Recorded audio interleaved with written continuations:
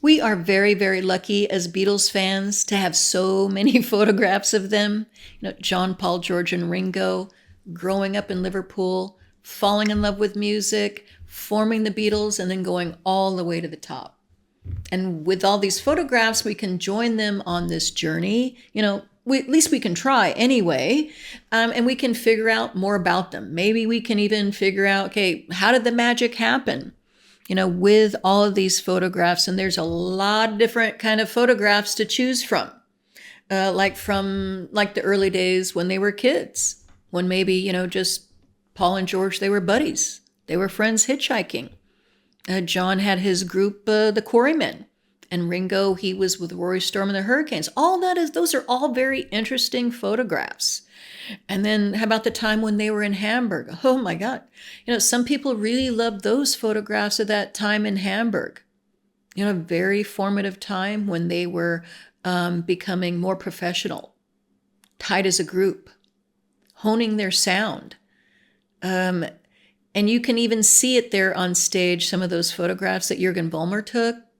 They look very in sync. They're all kind of lined up together. They look great together. Some of those later photographs, they're beginning to look like the Beatles that we know, even in the leather. They look amazing back then. That's when the magic began to happen, in my opinion. And that's one reason why I really love, those photographs, and Astrid and Stuart's influence of them. They're just fun. And they're having fun there in Hamburg. I mean, they're kids, they're figuring out a lot of stuff and they're breaking rules.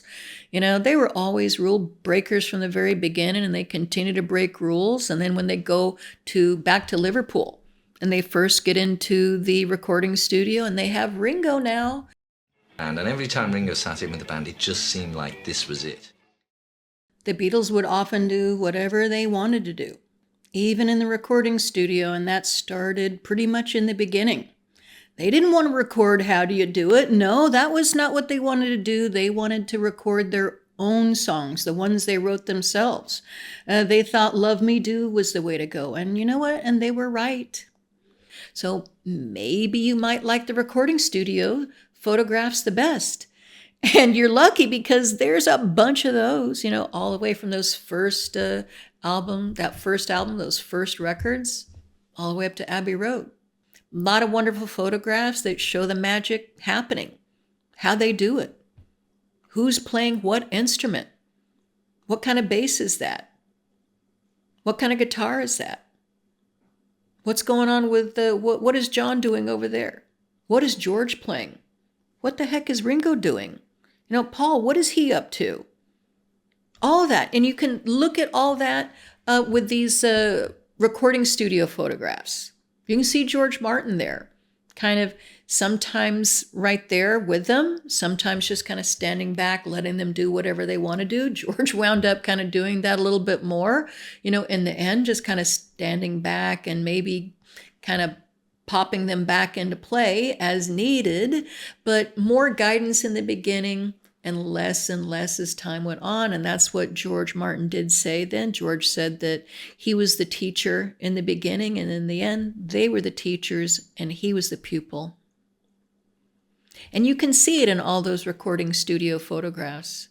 The great thing about all those photographs in the recording studio is that we can figure out in some ways how that music was made, at least technically. Some of the people who are, gearheads, they can figure out what guitar George was playing on which record. How did he play it? What bass was Paul playing? Or was Paul playing the lead on this one? They can figure it out from looking at the photographs and listening to the record. So these photographs are essential when figuring out the Beatles' history. So it's perfectly fine to have 50,000 photographs on your hard drive. It's perfectly fine, to have every photograph of them in the studio and even photographs of just the gear. It's perfectly acceptable. It's a perfectly valid thing to do. Like with the deep dive in Ringo's drums. I didn't know Ringo had all those different drum kits. I didn't know that. And all the different drum heads. It's incredible. See, it's just everything. These photographs are essential in putting together the Beatles' history. because we just want to know more about our heroes. And these photographs of them in the studio enable us to do just that. Figure out, how does that magic happen? And then what about all the photos of them on tour? Oh my God. That's a whole different ball of wax there. Yeah, they're enjoying in the studio, making Rubber Soul, Revolver, all those records. We can see it happening there. But then they take those songs out on the road and they're performing them. And they're on all these stages worldwide. And even they sometimes can't even fathom the response they're getting from fans. They're having to run. They're having to hide. They're having to duck on stage. Fans kind of get at them, at these venues all over the world, in the States, in Germany, in Paris, everywhere. They're having to kind of like run for their lives all the time. And they can't even hear themselves on stage because of all the screaming. You know what? And I'd probably be screaming too. I'm sorry, guys. I'd probably be screaming. I'd buy all your records and I'd go to all your concerts. But you know what? I'd be screaming too. But I would not run up on stage, and grab George as much as I would want to. I wouldn't do it, but I would certainly cheer on the gals who did. And then, of course, they're breaking records at all the different stadiums, all the photographs of them, like they can't believe it. They can't believe it. And them traveling, them traveling all over the world. I love those photographs of them, some of them, I like, there's some really interesting photographs of them on the plane. I also love the photographs of them disembarking, because they're kind of stepping off and they're all wind blown, they're kind of looking around saying, okay, what's happening? What's going on here? I just love those photographs. There's not, as many of them as like in the recording studio, but I really sort of like that genre of them disembarking the plane because they look like kings. We have arrived. Here we are, man. They look incredible. Then all the press conference photos. Yeah, the press conferences were fun in 1964. They're joking around with the reporters, and all the journalists. They're charming everybody. Oh my God. And we fall in love with them. Journalists all fall in love with them. It's all fun and games. It really is. And through pretty much all of 1964. 65, it's not bad either. It's becoming very routine. I don't know if we would have all those press conferences these days, but back then they did. I guess it made sense, for publicity, maybe. 1966, they had a lot of controversy. It just wasn't any fun so much in 1966. And that's why they took that break from touring in 1966, and they took that break before they went back in the studio, in the middle of summer in 1966. And there's some photographs of them when they took that break. John, when he's in Spain making his movie, there's pictures of Ringo with John there in Spain, keeping him company. George is in India, and Paul is traveling the world. He's out gallivanting around. And all of the publicity photos, my goodness. I think that's why we have so many photos, because the Beatles in the early days, a lot of publicity photos, them as a group, being all cute, being those mop tops, kind of giving everybody that impression that they were cute, cuddly, wholesome, buy our records, we're safe. Maybe there's some sexual innuendos in some of our songs, but you know what? We're cute and cuddly. We're harmless. Buy our records. Look, we're just lovable mop tops. And that's all of these photos from 1963, from 1964. We're just these local guys, man. We mean you no harm. And then more publicity photos of them behind the scenes, making A Hard Day's Night, making Help. And of course, the movies Help and Hard Day's Night. And then the behind the scenes of making Magical Mystery Tour and all the outtakes from that movie. Oh my God. Oh my God. And then Let It Be.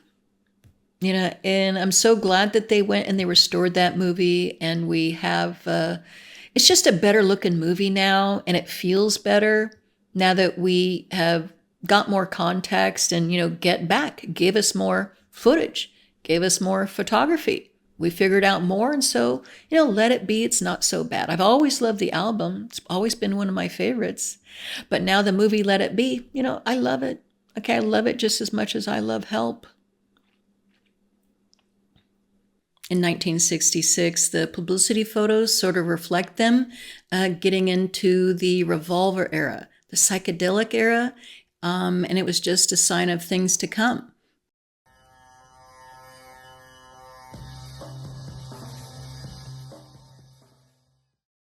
In 1967, all the publicity photos, they had their mustaches now, and their clothing was a lot more colorful. Kids couldn't figure them out. The Beatles were changing. Their style was changing, and they had no idea what was coming. Sgt. Pepper was coming. A lot more publicity photos, a lot more color, and a lot more mustaches, and a lot more psychedelia. And a lot more of the Beatles changing everything. That was 1967. So many great photographs. But some of the photographs in 1967 that I don't like are when the Beatles are there and they're being interviewed after Brian Epstein's death. Those photos I could really do without, even though I know that we need them. A lot of great photos when the Beatles are in India, writing those songs, getting ready for the White Album era. And I always like to say the Beatles were like teenagers in that era. They were kind of breaking the rules again, kind of doing whatever they wanted in the studio, writing new kinds of songs, kind of getting back to who they were, just kids and their guitars, just them and the music, keeping it a lot more simple. That's the White Album, maybe being a little bit messy, taking over the recording studio, taking over the control room a little bit. And then they went and had their mad day out and took over London. That's the Beatles just doing whatever they wanted to do. It's crazy. They look great. Those are some of the best photographs in the entire world. Okay, those photographs from the mad day out, you could spend a whole year studying all of them.